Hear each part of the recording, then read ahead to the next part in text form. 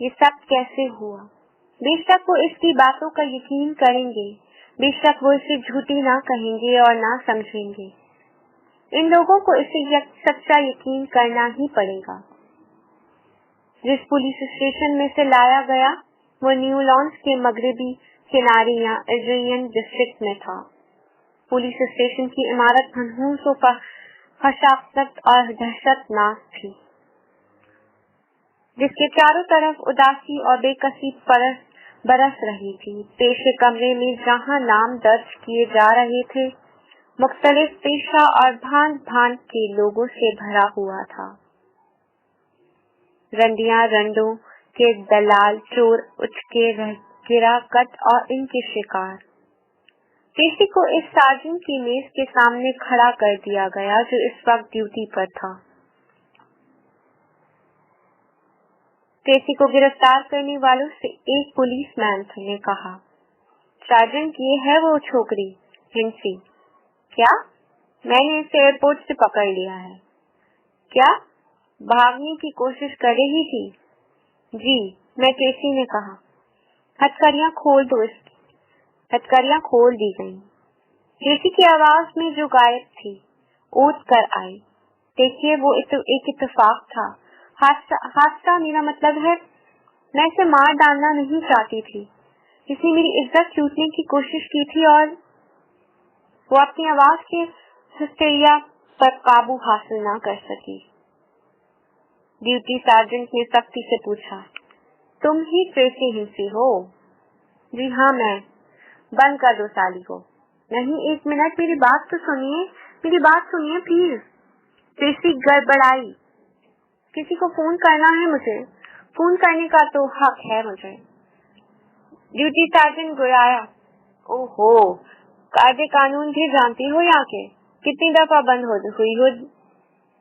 ایک دفعہ بھی نہیں۔ ٹھیک ہے، ایک فون کر لو، 3 منٹ کا ٹائم ہے، تم نمبر بولو۔ ٹریسی اتنی زیادہ گھبرائی ہوئی تھی کہ اسے فون نمبر یاد ہی نہ رہا تھا، حتیٰ کہ فلاڈیلفیا کا ایریا کوڈ بھی وہ بھول چکی تھی۔ کیا تھا؟ 251 نہیں، یہ نہیں تھا۔ ٹریسی کانپ رہی تھی۔ چلو ابا کو کیا نمبر ہے جلدی؟ تم کیا سمجھتی ہو کہ میں ساری رات بیٹھا رہوں گا تمہارے انتظار میں؟ تمہارا کہنا میں نمبر 215 بے شک یہ تھا نمبر، اور اب وہ بولی 215559301۔ ڈیوٹی سارجنٹ نے نمبر ڈائل کر کے فون ٹریسی کے ہاتھ میں پکڑا دیا۔ دوسرے سرے پر گھنٹی بجتی چلی گئی، فون کوئی نہ اٹھا رہا تھا۔ چارلس، خدایا چارلس کو آنا چاہیے۔ ڈیوٹی سارجنٹ نے کہا، 3 منٹ ہو گئے، اور وہ ٹریسی کے ہاتھ سے ریسیور گھسیٹنے لگا۔ 1 منٹ پلیز، وہ بے بسی سے چلائی، اور پھر ایک دم اسے یاد آیا کہ چارلس رات کے وقت اپنا فون بند کر دیتا تھا کہ اس کے آرام میں خلل نہ آئے، اور وہ گھنٹی کی آواز بے بسی سے سنتی رہی۔ عجیب مجبوری تھی، وہ کچھ نہ کر سکتی تھی، چارلس کو خبر کرنے کا کوئی راستہ نہ تھا۔ ڈیوٹی سارجنٹ نے خفگی سے پوچھا، چلو ہو گیا کہ نہیں؟ ٹریسی نے رحم طلب نظروں سے اس کی طرف دیکھا اور سپاٹ آواز میں کہا، ہاں ہو گیا۔ وہ پولیس مین جس نے آدھی افسین کی قمیص پہن رکھی تھی ٹریسی کو اس کے کمرے میں لے آیا جہاں اسے درج رجسٹر کیا گیا اور اس کی انگلیوں کی چھاپ لی گئی۔ اس طرف سے نپٹ کر پولیس مین اسے لمبے برآمدے میں لے آیا اور اسے اپنے ہاتھ سے ساتھ لے کر چلتا رہا، اور اس کے آخری کنارے پر پہنچ کر ٹریسی کو سلاخوں کے پیچھے کر دیا گیا۔ اس کوٹھی میں وہ اکیلی تھی۔ کل صبح تمہاری پیشگی ہوگی، سمجھی؟ پولیس مین نے اسے مطالعہ کیا اور اسے اس کی پریشانی، بے کسی اور مایوسی کے ساتھ اکیلی چھوڑ کر چلا گیا۔ یہ سب سچ نہیں ہے، ایسا کچھ نہیں ہو رہا، ٹریسی نے اپنے آپ سے کہا۔ یہ ایک بھیانک خواب ہے۔ خدایا یہ سب کچھ سچ نہ ہوتا، حقیقت نہ ہو۔ کوٹھی کا کھٹملوں سے آباد بدبودار بستر حقیقت تھا۔ کونے میں رکھا ہوا بھی بھٹک کا بیت الخلا کا مرغا حقیقت تھا، اور موٹی موٹی سلاخیں حقیقت تھیں جس کے پیچھے اسے بند کیا گیا تھا۔ اندھیری رات کے بے درد گھنٹے گھسٹ گھسٹ کر گزر رہے تھے۔ کاش کہ 40 سے میری بات ہو گئی ہوتی، اس نے سوچا۔ زندگی میں کبھی اس نے کسی کی بھی ایسی سخت ضرورت محسوس نہ کی تھی جیسے کہ اس وقت 40 کی محسوس کر رہی تھی۔ یہ حماقت تھی میری کہ میں نے اسے یہ معاملہ چھپایا۔ اگر شروع میں ہی اسے بتا دیا ہوتا سب کچھ تو نوبت یہاں تک نہ آ پہنچتی، اور بے خواب اور الٹے سیدھے خیالات سے بھری ہوئی رات جیسے کبھی نہ ختم ہوئی ہو۔ ایسی بھی انتہا طویل رات کا تجربہ جیسے کو زندگی میں کبھی نہ ہوا تھا۔ صبح 6 بجے دنیا جہاں سے اکتایا ہوا ایک گارڈ ٹریسی کا ناشتہ لے کر آیا۔ نیم گرم پانی اور جی کے آٹے کا دلیا۔ ناشتہ کرنا تو دودھ کی بات تھی، وہ اس سے ہاتھ بھی نہ لگا سکتی تھی۔ اس کے معدے میں گھیریں سی پڑ رہی تھی۔ صبح 9 بجے میٹرن اسے لینے آ گئی۔ چلو جانے کا وقت آ گیا ایملی جان، وہ بولی۔ ایک فون کرنا ہے مجھے، ٹریسی نے کہا، بہت ضروری۔ بعد میں میٹرن بولی، جج تمہارے باپ کا نوکر نہیں ہے کہ تمہارا انتظار کرے گا، تم جانو ایک ہی بد دماغ ہرا مزا دے گا۔ چنانچہ وہ ٹریسی کو کوریڈور میں لے آئی، اور اس کے خاتمے پر ایک دروازہ تھا۔ میٹرن کے پیچھے چلتی ہوئی ٹریسی دروازے میں سے گزری تو عدالت کے کمرے میں تھے۔ بینچ پر ایک پکی عمر کا جج بیٹھا ہوا تھا۔ اس کا سر اور ہاتھ مسلسل گردش میں تھے، یعنی وہ سر ہلا کر سن رہا تھا اور ہاتھ ہلا کر بول رہا تھا۔ اس کے سامنے سرکاری وکیل ایڈبو پر کھڑا ہوا تھا، 40 برس کا محنتی سا آدمی، چھوٹے قد ہوئی بال جن کا رنگ ایسا تھا جیسے پسی ہوئی کالی مرچ میں نمک ملا ہوا ہو، اور آنکھیں کالی اور کانچ کی گولیوں جیسی سرد۔